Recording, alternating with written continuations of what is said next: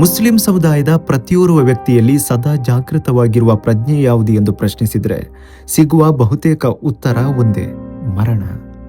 ತನ್ನ ಮರಣ ದೇವನು ಮೆಚ್ಚುವ ರೀತಿಯಲ್ಲಿರಬೇಕು, ಶಾಂತವಾಗಿರಬೇಕು, ದೇವನ ಸಂಪ್ರೀತಿಯೊಂದಿಗೆ ಈ ಜಗತ್ತಿಗೆ ವಿದಾಯ ಕೋರಬೇಕು ಎಂಬ ಅಭಿಪ್ರಾಯವನ್ನ ಮತ್ತು ಮನದಾಸೆಯನ್ನ ಎಲ್ಲರೂ ವ್ಯಕ್ತಪಡಿಸ್ತಾರೆ. ಆದರೆ ಎಷ್ಟು ಮಂದಿಗೆ ಇಂತಹ ಮರಣದ ಭಾಗ್ಯ ಲಭಿಸುತ್ತೆ ಎಂದು ಹೇಳಕ್ಕಾಗಲ್ಲ. ಆದರೆ ಬದುಕಿನ ಉದ್ದಕ್ಕೂ ಪ್ರವಾದಿಯನ್ನ ಸ್ತುತಿಸುವ ನಾತುಗಳನ್ನ ರಚಿಸ್ತಾ ಪ್ರವಾದಿಯ ಸಂಚಾರಿ ಪ್ರೇಮಿಯಾಗಿ ದೇಶದ ಉದ್ದಕ್ಕೂ ಗುರುತಿಸಿಕೊಂಡಿದ್ದ ಬೆಳಗಾವಿಯ ಅಜೀಜುದ್ದೀನ್ ಅಜೀಜ್ ಅವರ ಮರಣವಂತೂ ಎಲ್ಲರೂ ಅಪೇಕ್ಷೆ ಪಡುವ ರೀತಿಯಲ್ಲಿತ್ತು ಎಂಬುದು ಅವರ ಮರಣ ವಾರ್ತೆಯೇ ಹೇಳುತ್ತೆ. ಅವರು ಬೆಳಗ್ಗೆದ್ದು ಫಜರ್ ನಮಾಜ್ ನಿರ್ವಹಿಸ್ತಾರೆ. ಬಳಿಕ ಎದೆಯಲ್ಲಿ ಸಣ್ಣದೊಂದು ನೋವು ಕಾಣಿಸಿಕೊಂಡು ಅಲ್ಲಿಗೆ ಅವರ ಬದುಕು ಕೊನೆಗೊಳ್ಳುತ್ತೆ.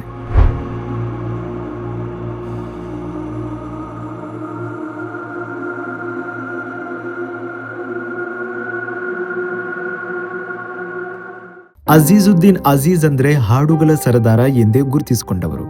ಪ್ರವಾದಿ ಸ್ತುತಿಗೀತೆಯನ್ನ ಎಗ್ಗಿಲ್ಲದೆ ಹಾಡಿ ದನಿಯದವರು. ಅವರ ಹಾಡಿನ ಪ್ರತಿ ಸಾಲಿನಲ್ಲೂ ಪ್ರವಾದಿ ಪ್ರೇಮ ಅಚ್ಚೊತ್ತಿದಂತೆ ಇರುತ್ತಿತ್ತು.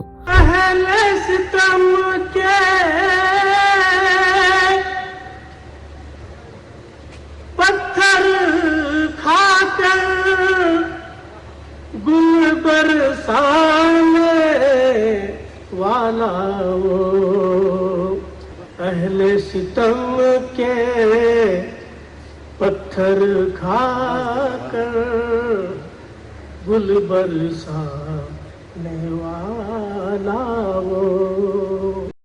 ನವೆಂಬರ್ 28ರಂದು ಬೆಳಿಗ್ಗೆ ನಮಾಜಿ ನಿರ್ವಹಿಸಿ ಮೃತರಾದರು. ಆದರೆ ಅದರ ಹಿಂದಿನ ರಾತ್ರಿ ಅವರು ಕವಿಗೋಷ್ಠಿಯಲ್ಲಿ ಭಾಗವಹಿಸಿರ್ತಾರೆ. ಜಮಾತ್ ಇಸ್ಲಾಂ ಹಿಂದ್ ರಾಷ್ಟ್ರವ್ಯಾಪಿ ಕೈಗೊಂಡಿರುವ ನೆರೆಹೊರೆಯವರ ಹಕ್ಕುಗಳು ಎಂಬ ಅಭಿಯಾನದ ಹಿನ್ನೆಲೆಯಲ್ಲಿ ಜಾಮಿಯಾ ತಯ್ಯಿಬಾತ್ ಮದ್ರಸಾ ಮಕ್ಕಳ ವತಿಯಿಂದ ಏರ್ಪಡಿಸಲಾಗಿದ್ದ ಮುಷಾಯಿರಾ ಅಥವಾ ಕವಿಗೋಷ್ಠಿಯಲ್ಲಿ ಭಾಗಿಯಾಗಿದ್ದರು. ಹಾಡನ್ನು ಕೂಡ ಹಾಡಿದ್ರು.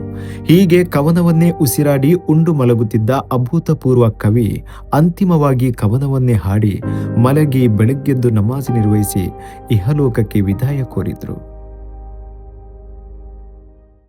ಅಜೀಜುದ್ದೀನ್ ಅಜೀಜ್ ಅವರಿಗೂ ಜಮಾತ್ ಇಸ್ಲಾಂ ಹಿಂದಿಗೂ ಅವಿನಾಭಾವ ಸಂಬಂಧ. ಇವರು ಜಮಾತ್ ರಾಜ್ಯ ಕಚೇರಿಯಲ್ಲಿ ಖಜಾಂಚಿಯಾಗಿದ್ದರು. ಒಮ್ಮೆ ವಾರ್ಷಿಕ ಆಡಿಟ್ಗೆ ಮುನ್ನ ಅವರಿಗೆ 18 ರೂಪಾಯಿ 50 ಪೈಸೆ ಲೆಕ್ಕ ಸಿಗುವುದೇ ಇಲ್ಲ. ಇದರಿಂದ ಅವರಿಗೆ ರಾತ್ರಿ ನಿದ್ದೆ ಕೂಡ ಬರುವುದಿಲ್ಲ. ಅವರು ಈ ಖಜಾಂಚಿ ಸ್ಥಾನ ವಹಿಸುವುದಕ್ಕಿಂತ ಮೊದಲು ಬ್ಯಾಂಕ್ ಮ್ಯಾನೇಜರ್ ಕೂಡ ಆಗಿದ್ರು. ತಾನು ಬ್ಯಾಂಕ್ ಮ್ಯಾನೇಜರ್ ಆಗಿದ್ದಾಗ 1000 ಬಿಡಿ ಲಕ್ಷ ರೂಪಾಯಿಗಳ ವ್ಯತ್ಯಾಸ ಆದರೂ ಇಷ್ಟು ಚಿಂತೆ ಆಗಿರಲಿಲ್ಲ ಎಂದು ಅವರು ಹೇಳಿಕೊಂಡಿದ್ರು. ಆ ಬಳಿಕ ಅವರು ತಪಾಸಣೆ ನಡೆಸಿದಾಗ 18 ರೂಪಾಯಿ 50 ಪೈಸೆಯ ಓಚರ್ ಮಾಡದಿರುವುದು ಗೊತ್ತಾಯಿತು.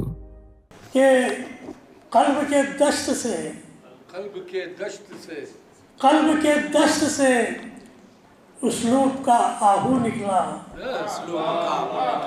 कल्ब के दश्त से उसलूब का आहू निकला.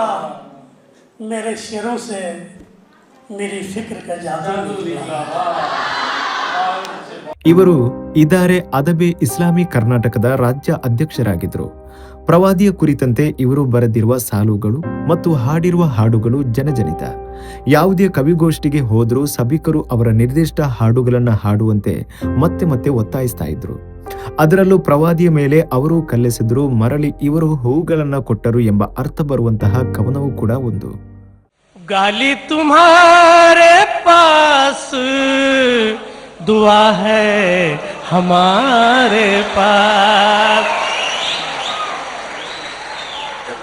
गाली तुम्हारे पास दुआ है हमारे पास. एक ऐसी खुशगवार सजा है हमारे पास. ಪ್ರವಾದಿ ಪ್ರೀತಿಯನ್ನೇ ಬದುಕಿ ಅದನ್ನೇ ಉಸಿರಾಡಿ ಅದನ್ನೇ ಉಂಡು ಅದನ್ನೇ ಮಲಗಿದ ಅಜೀಜುದ್ದೀನ್ ಅಜೀಜ್ ಅವರು ಅಂತಿಮವಾಗಿ ಇಹಲೋಕಕ್ಕೆ ವಿದಾಯ ಕೋರಿದ್ದಾರೆ. ಬೆಳಗಾವಿಯಲ್ಲಿ ಹುಟ್ಟಿ ಕನ್ನಡ ನಾಡಿನಲ್ಲಿ ಮಾತ್ರ ಅಲ್ಲ, ದೇಶ ವಿದೇಶದಲ್ಲೂ ತನ್ನ ಹಾಡು ಮತ್ತು ಆ ಹಾಡಿಗೆ ತುಂಬ ಭಾವದಿಂದಾಗಿ ಚಿರಪರಿಚಿತರಾದ ಅವರು ಇನ್ನು ನಮ್ಮ ನಡುವೆ ಜೀವಂತ ಇಲ್ಲ. ಆದರೆ ಅವರು ಬಿಟ್ಟು ಹೋಗಿರುವ ಅವರ ಹಾಡುಗಳು ಸದಾ ನಮ್ಮ ನಡುವೆ ಇರುತ್ತೆ.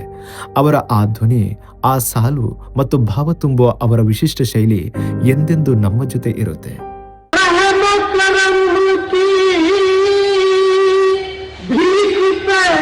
अपनी